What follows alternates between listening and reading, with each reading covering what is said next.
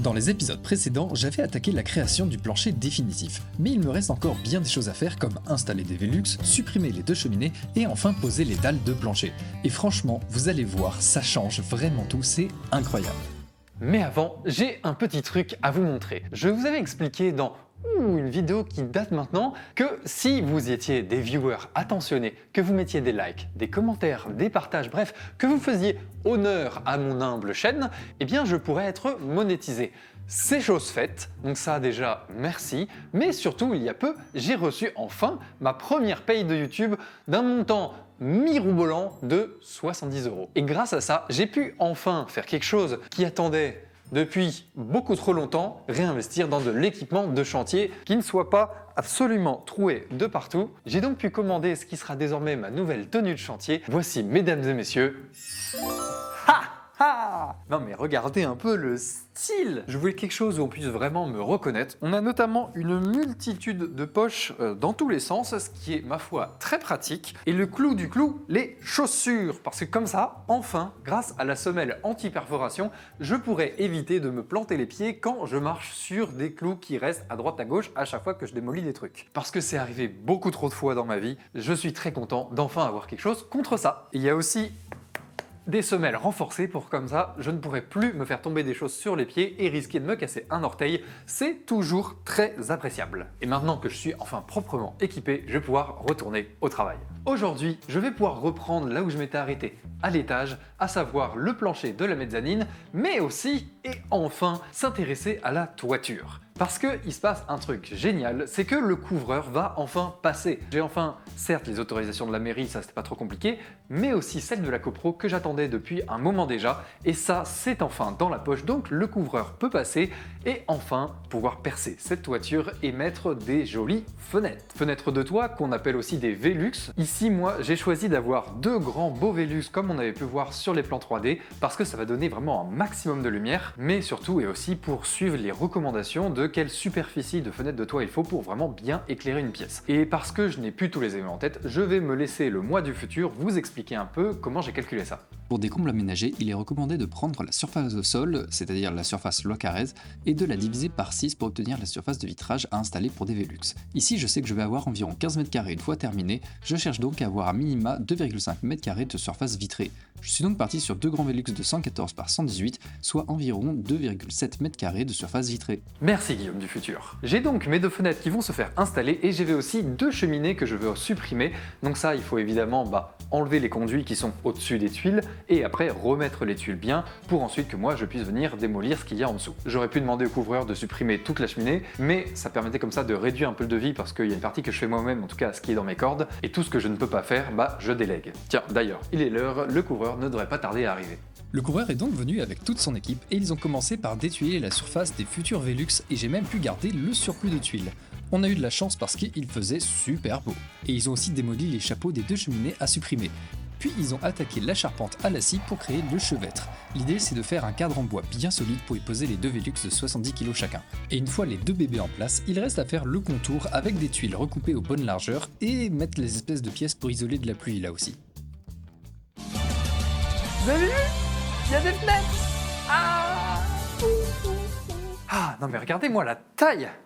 Voilà, pour comparaison, elles sont immenses. Et alors, la lumière que ça apporte ici, j'adore. En tout cas, je suis vraiment très content du résultat et la pose est vraiment très bien faite. Là, je n'ai vraiment rien à redire. Le couvreur a fait un travail fantastique. Et puis surtout, attendez, on voit pas très bien, mais il n'y a absolument aucun vis-à-vis. Ça veut dire qu'on ne voit que le ciel, alors qu'il soit bleu ou gris comme aujourd'hui. En tout cas, c'est magnifique. À présent, l'étape qui reste, c'est ces fameux conduits de cheminée. Donc comme je l'ai expliqué, en fait, là, on ne voit pas vraiment encore, mais au-dessus, il y avait donc une cheminée qui sortait de toiture, et à la place, aujourd'hui, il y a des tuiles qui sont bien alignées, ce qui fait que tout ce qu'il y a en dessous, en fait, n'est plus vraiment relié à quoi que ce soit. Il y a juste un bout de cheminée, comme ça, de haut en bas, prise sur les bouts de bois, et donc ça, je vais pouvoir le démolir. Ouste la cheminée, ouste. On reprend donc les outils de démolition parce que, on va pas se le cacher, ça fait toujours plaisir. Descends, faut le dire. La calotte, c'est moi.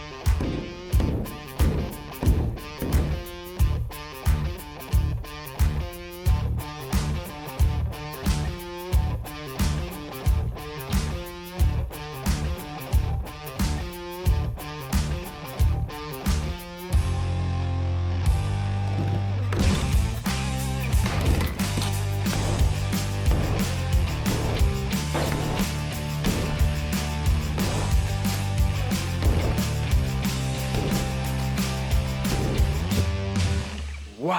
Bah écoutez, c'était aussi rapide que prévu. Le mieux, c'était, comme vous avez vu, de casser en fait étage par étage. Bon, celui-là il est coupé en deux, mais dans l'idée, c'est ça. Et en fait, simplement, bah, voilà, de la sectionner bloc par bloc pour enlever tout ça. C'est assez facile. Le seul petit souci, c'est que là, on voit qu'il y a un trou. Pourquoi? Attendez, je vous le montre de plus près.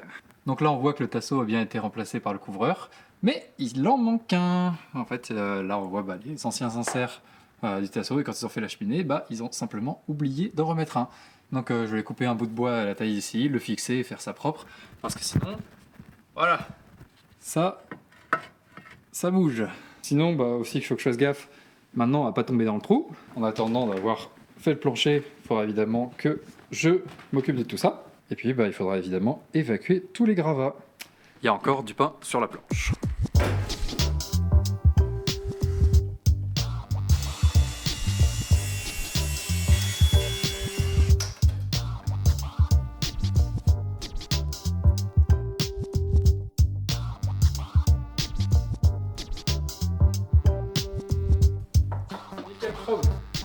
Et avant de passer à la suite, un bon coup de balai s'impose. Parce que c'est pas tout, mais ça en fait du bazar de détruire 2 conduits de cheminée. Ah là là là là. Mais regardez-moi cet espace, tout cet espace. Et voilà, l'espace est maintenant agrandi. Il n'y a plus de cheminée et c'est de nouveau assez propre. Quelle est la prochaine étape du coup? Eh bien, il va falloir s'occuper de ce plancher. Parce que pour l'instant, bah, comme j'avais dit avant, c'est un plancher temporaire, on voit bien qu'il y a des fentes dedans, donc je vais devoir enlever ces planches-là, placer les nouveaux madriers qui manquaient en dessous à cause justement des cheminées, donc il y aura un peu de découpe, un peu de cloutage, voilà, tout ce dont vous êtes maintenant habitué sur cette chaîne, et ensuite, bah, il faudra poser le nouveau plancher.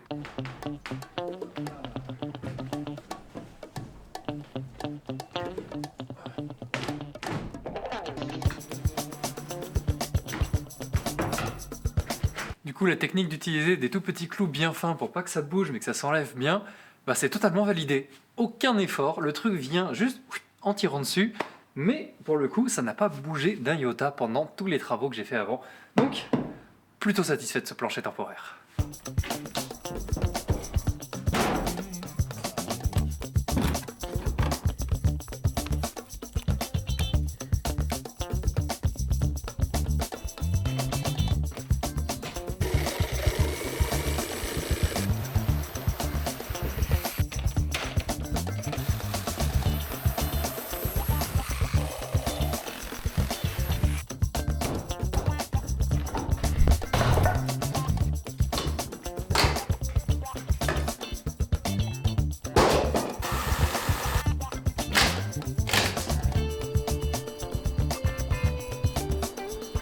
L'idée là, c'est de couper et monter les 2 nouveaux madriers aux emplacements des anciennes solives. Mais avant de pouvoir le monter, il faut évidemment que je fasse un petit trou pour pouvoir insérer mon madrier. Je marque donc l'emplacement aux bonnes dimensions, et histoire de pas trop galérer, je préfère prendre un peu plus large en rajoutant 1 ou 2 cm de chaque côté. Maintenant il me reste plus qu'à trouver un moyen pour retirer toute cette matière. Et pareil, depuis le dessus, je marque la profondeur, sachant que j'ai mon mur porteur qui arrive à 10 cm, je vais tailler à peu près jusqu'à 6, je pense, comme ça au moins ce sera bien sur les deux. Et pour la précision, bon on repassera, je fais un peu à l'œil par rapport aux marques que j'avais fait sur la face du mur, et puis ce sera très bien comme ça. Je vérifie juste avec mon mètre, et on est bon. Bon, et après pour la démolition, j'ai commencé par faire des entailles de chaque côté avec la scie à matériaux, et ensuite le bon vieux burin et le marteau, ça fait largement l'affaire.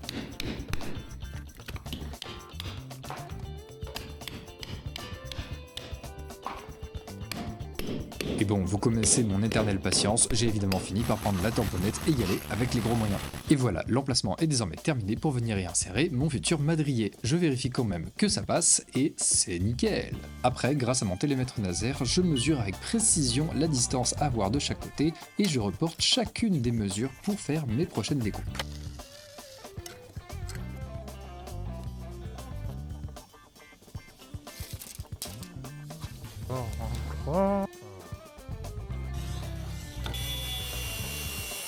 Et comme d'hab, vu que ma scie plongeante ne plonge pas assez profondément, je retourne mon madrier et on est parti pour reporter bien la mesure précisément sur l'autre face, on trace et on recoupe pour essayer d'être vraiment le plus précis possible et bien à fleur.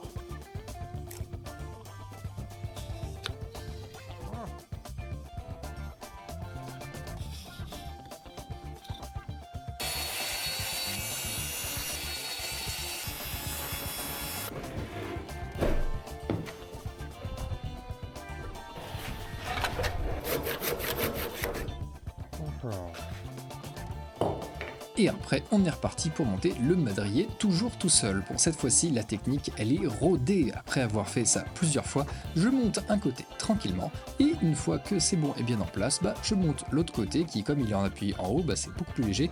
Et hop là, je le mets, je cale, et c'est parfait. En place. Et une fois que le madrier est au bon emplacement en haut, je prends un gros clou et je viens le fixer en diagonale pour qu'il vienne se prendre directement dans le mur et que ce soit bien solide. Là je teste un peu et ouais, c'est clair, ça ne bougera pas. Mais quand même, pour la sécurité, j'ai décidé de mettre un petit deuxième en diagonale, on ne sait jamais. Et de l'autre côté, vu que j'avais fait mon trou un peu plus large que nécessaire, pour l'instant je mets quelques cales et une fois que ce sera bien en place, je pourrai réaliser un petit scellement pour être sûr que ça ne bouge plus du tout. Comme d'hab, on vérifie toujours que le travail a bien été fait avec le petit niveau et là on est nickel. Bon et après, vous connaissez, je fixe mes petites entretoises avec des gros clous de chaque côté et je recommence ça tout régulièrement pour être sûr que ce soit super solide.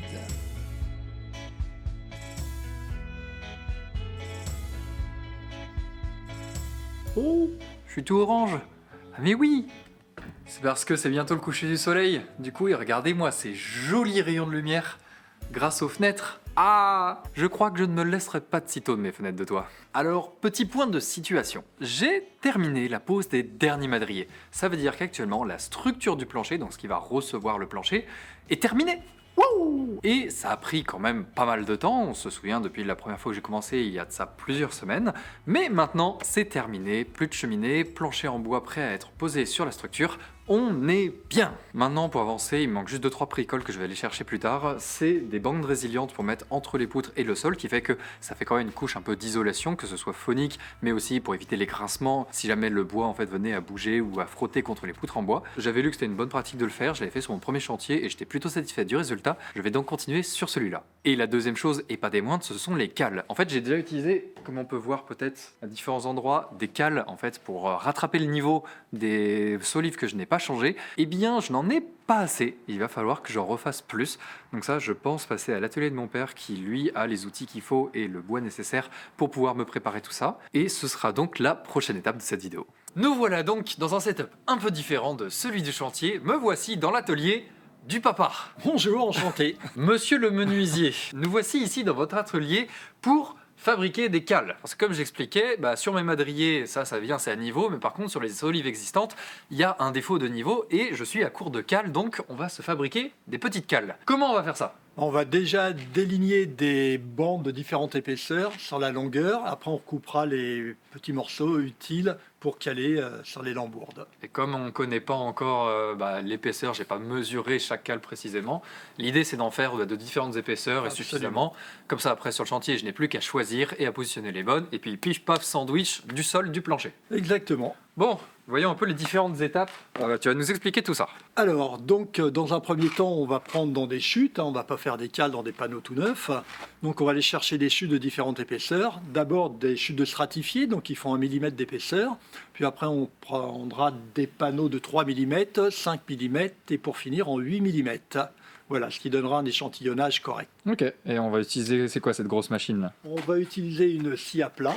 Donc on va régler d'abord à la largeur souhaitée. Donc je crois que des bandes de 60 mm feront l'affaire. Et ok, il y a une petite règle ici qui te permet de voir. Voilà, donc on n'est pas au millimètre près. Hein.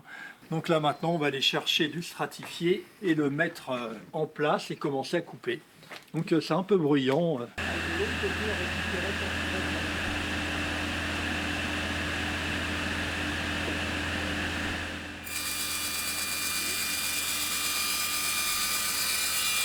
It was at this moment that he knew. He fucked up. Merde. Petit accident de chantier. Voilà, on n'avait pas vu que le chariot allait bouger, a poussé dans le trépied. Bon, la bonne nouvelle c'est que ça marche toujours. Voilà, donc je peux encore shooter, mais bon, on va s'en sortir. Mais effectivement, zone de danger.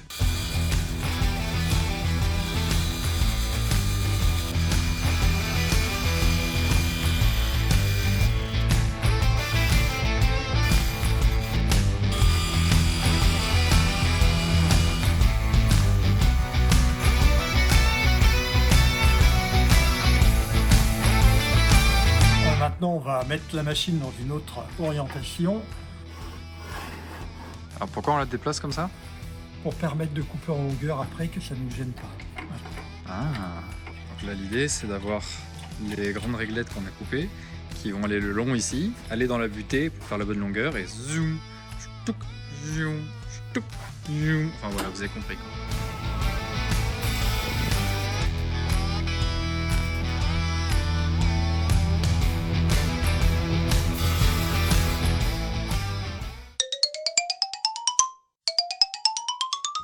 Et voilà, toutes les cales sont coupées et ça a pris quoi, une petite heure à peine? À peu près, oui.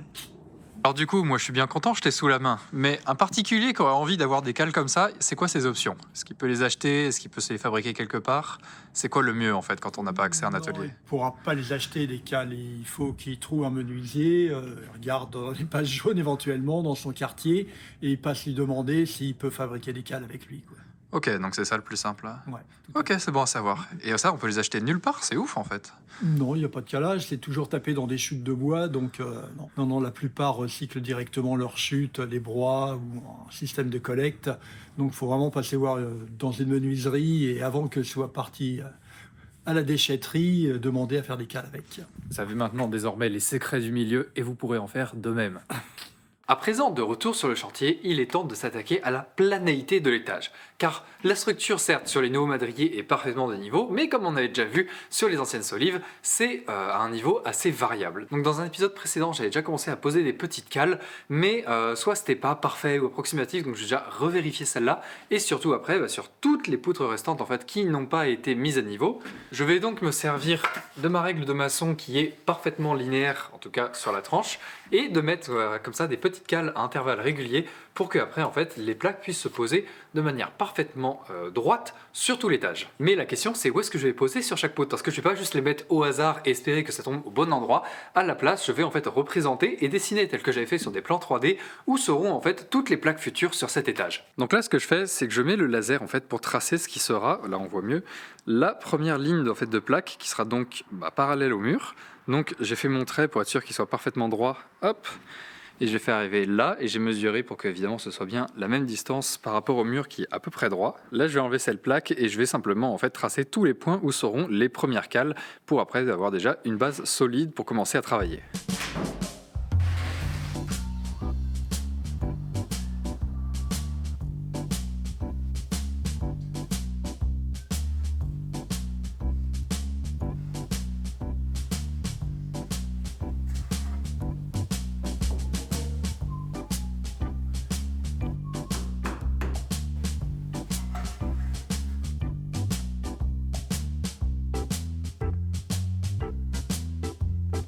Super.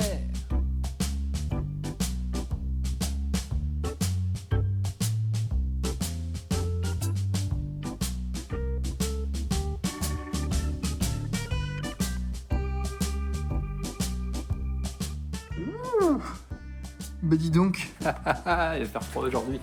Je me couvre un peu plus en prévision, mais vivement que ce soit isolé, hein, parce que là, c'est compliqué.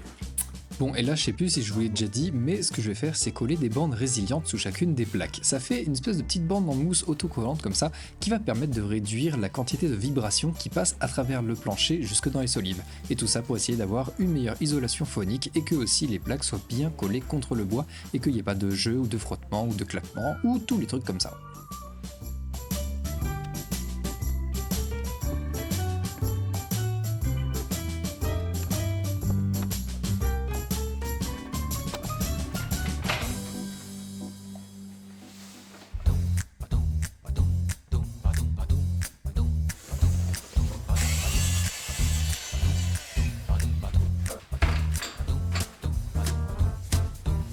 Est-ce que vous saviez que les plaques en fait ont un sens? Et ça rappelle parce qu'il est marqué cette face dessous. Je pense que c'est dans la conception, il y a un côté qui est plus résistant à la compression. Du coup, il faut bien penser à mettre l'écriture sur le dessous et pas sur le dessus comme je suis en train de le faire. Et maintenant que j'ai coupé ma plaque aux bonnes dimensions, il ne me reste plus qu'à la visser dans le sol. Donc pour ça, évidemment, je me suis posé la question de quelles sont les vis adaptées, car il y a autant de vis qu'il y a de cas d'usage existants, et en faisant mes recherches, la recommandation que j'ai vue, c'était d'avoir des vis de 4 à 5 mm de diamètre, et pour ce qui est de la profondeur, faut évidemment que ça traverse la plaque, mais que ça s'ancre aussi suffisamment dans le bois qu'il y a en dessous. Donc moi j'ai des plaques de 18, en dessous j'ai soit le madrier, soit en fait un espace avec les cales que j'ai posées qui va de 1 à au maximum on va dire 2 cm, donc ça fait 18 plus 20, j'ai déjà un espace de à peu près 40 mm au maximum, et pour être sûr d'être bien ancré dans le bois, j'ai donc pris des vis de 60, comme ça fait 18 d'épaisseur de plaque, jusqu'à 20 mm de creux en fait d'épaisseur de cale, et enfin dans le bois il y a au moins pareil 20 mm qui vont se mettre dedans. Idéalement quand on met la plaque dans le bois directement,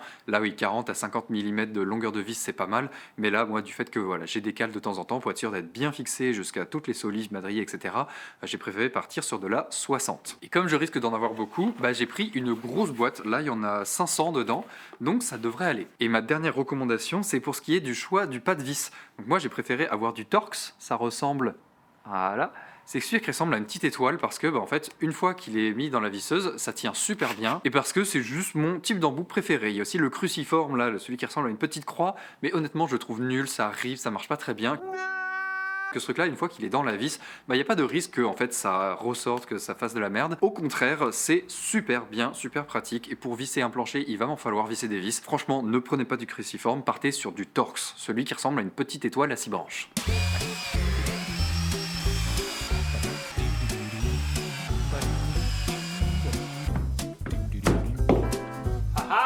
Et d'une.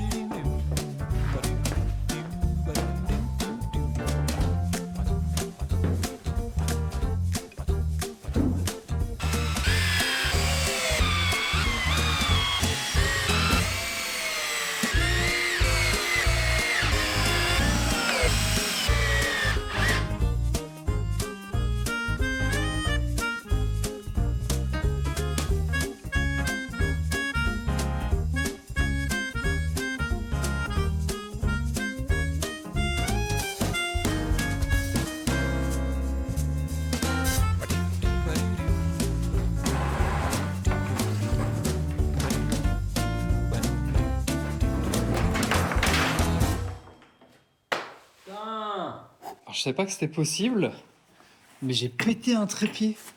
Waouh, 800 kilos. Mes fesses. Nul.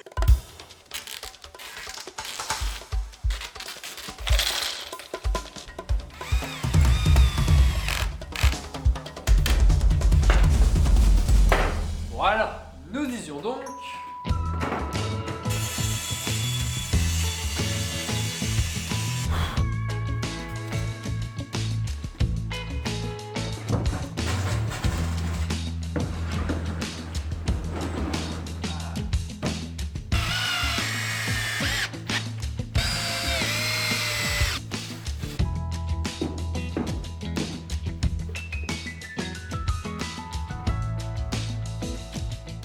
Ah, mais de mieux en mieux, dis donc. Du coup, aujourd'hui, on sort le bonnet, parce que là, il va faire froid. Mais avant de reprendre le boulot, je voulais juste exprimer une petite pensée à tous ces travailleurs qui, en fait, ce que moi je vis aujourd'hui, donc j'ai froid, je suis obligé de me couvrir, je me plains beaucoup, mais en fait, je viens de réaliser que c'est le quotidien de beaucoup de personnes dans cette saison. Du coup, vraiment énorme, gros respect, en fait, à tous les travailleurs du BTP, mais pas que, en fait, tous ceux qui travaillent en extérieur et qui n'ont pas le choix en ces saisons-là. Certes, même quand on est un peu mieux équipé que moi, c'est plus supportable, mais quand même, big respect à vous, parce que ouais, je me rends enfin compte de ce que ça fait de travailler dans des températures presque négatives au quotidien, et c'est pas rigolo, je vous l'assure. Un grand merci en tout cas à tous ceux qui doivent endurer ça pour le confort du reste de la société. Oh, il y a de la neige sur les fenêtres. Hihi. Et du coup, je fais comment si je veux enlever la neige sans que ça tombe à l'intérieur?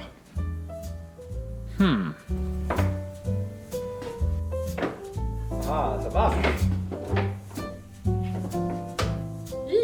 Donc hier, j'avais terminé par mettre les premières plaques en fait ici, qui étaient de loin les plus compliquées parce qu'il faut faire attention que ce soit bien perpendiculaire, que ce soit bien aligné au mur, bref, c'est un peu la fondation, c'est ce sur quoi après tout le reste du plancher va s'aligner, donc il fallait que ce soit aux petits oignons. Maintenant que c'est fait, je vais juste continuer en fait, plaque par plaque, comme ça en fait, en quinconce, pour avoir tout le plancher en fait qui va faire tout, jusqu'à ce que toute la plateforme soit terminée. J'ai bien mis en quinconce parce que ça ne se pose pas n'importe comment, il y a un peu une règle quand on fait des planchers à respecter pour que ce soit le plus solide possible. Et pour que je vous explique tout ça, ça demande un petit schéma. Donc quand on a notre plancher avec les différents madriers comme ça, on peut être tenté en fait de simplement mettre les plaques comme ça côte à côte, parce que histoire de les aligner, c'est quand même bien pratique. Comme ça on avance un peu, ce serait la logique basique. Et c'est un peu comme ça qu'on pose par exemple du placo au plafond.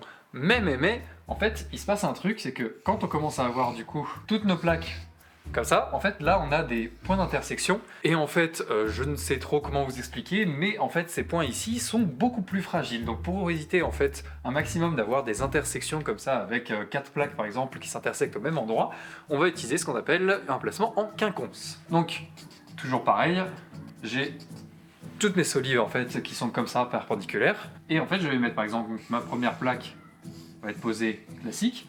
Et la deuxième va être posée en fait avec une demi-longueur de différence. Comme ça on aura la troisième ici, la quatrième comme ça, et comme ça en ayant une alternance, ce qu'on appelle en quinconce, ça va faire que du coup à chaque point d'intersection, au lieu qu'il y ait 4 plaques ici qui s'intersectent, il n'y en a plus que 3, donc ça fait qu'on a un plancher qui est beaucoup plus rigide structurellement parlant.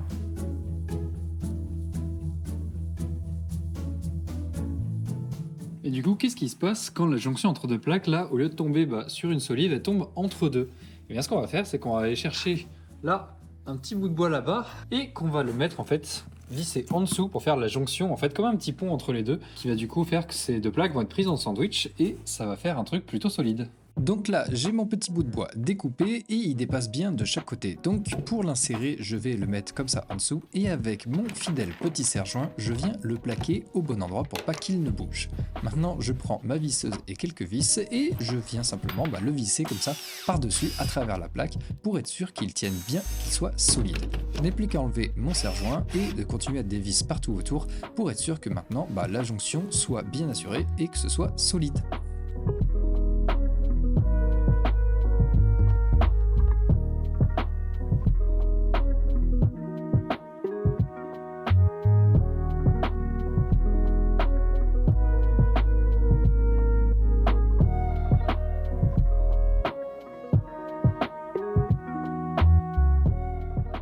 Alors là, si on se souvient bien, j'avais commencé à mettre du scellement, mais en fait j'en avais largement pas assez parce que je n'avais plus de sable, parce que pour l'instant les madriers sont juste posés dessus, et il y a à la limite un malheureux clou qui est l'empêcher en fait d'aller à droite à gauche avant de mettre les entretoises. Donc là, ce que je vais venir faire, c'est sceller tous les madriers aux endroits où il y a besoin, comme ça, ça ne bougera plus et ce sera bien solide.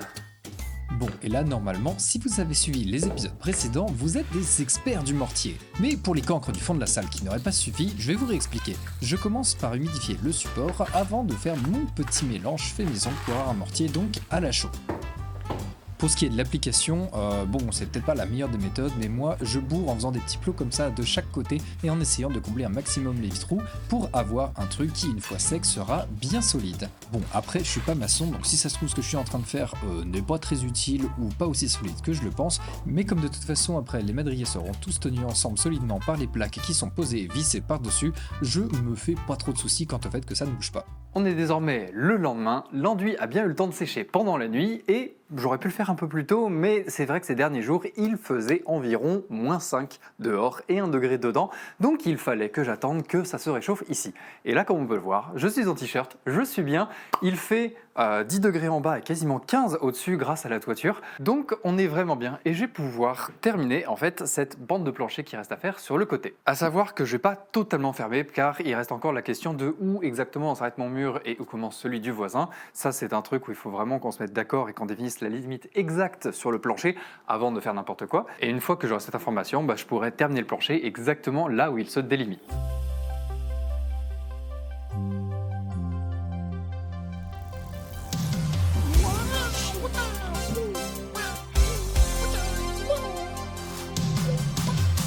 Alors normalement l'isolation à la laine c'est pas pour tout de suite, mais en fait là il faut savoir que je vais emmurer une partie du sol, enfin emmurer du coup ensoler, bon bref je sais pas comment on dit, mais il y a une partie qui va se trouver sous les planches et qui ensuite donne sur les communs, donc j'ai décidé d'utiliser déjà une première chute de laine pour enfermer tout ça proprement et être sûr que ce soit bien au chaud et que ce ne soit pas un risque pour l'isolation pour plus tard.